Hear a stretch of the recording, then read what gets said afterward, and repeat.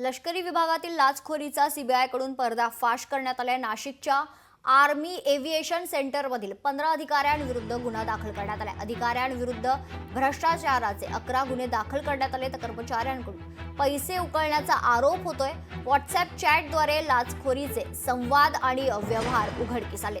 सीबीआयच्या तपासातून लाचखोरीचा पर्दाफाश करण्यात आला।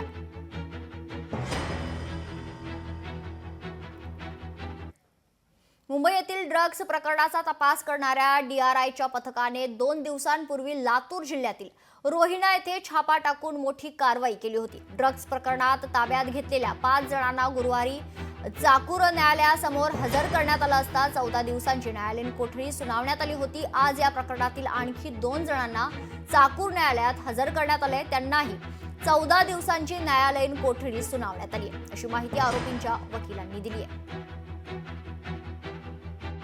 त्यांच्या इन्व्हेस्टिगेशन मध्ये प्रोग्रेस करत असताना आणखी 2 आरोपींना काल त्यांनी मुंबईवरून ताब्यात घेतलं आणि आज मेहरबान चाकूर न्यायालयामध्ये हजर करण्यात आलं।